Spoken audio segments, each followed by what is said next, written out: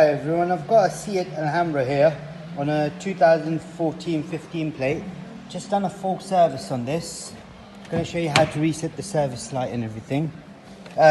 Before I do that, I've already done it, but I'll still show it to you. Start the car up. Use this button here to go into menu. So you press OK, press right again, right again, right again, right again. Go down to service information.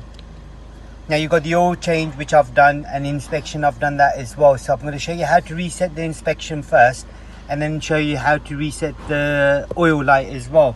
Quite a simple procedure. Switch the car off. To reset the inspection first, switch the car off, put the hazards on. When the hazards do come on, press this button. At the same time, switch the ignition on. It says inspection reset. Then you press this button here, press OK. That's the reset for the inspection. Now I'm going to do the oil.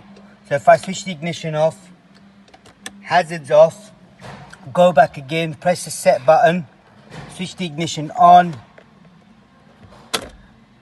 and it says reset oil change service now. So you do the same thing, press OK. That's all done there as well. Now it does need, the customer needs to add some AdBlue in there as well, which I will advise the customer on it. But any more information, please do let us know, and see if we can help you. Thank you very much. Goodbye.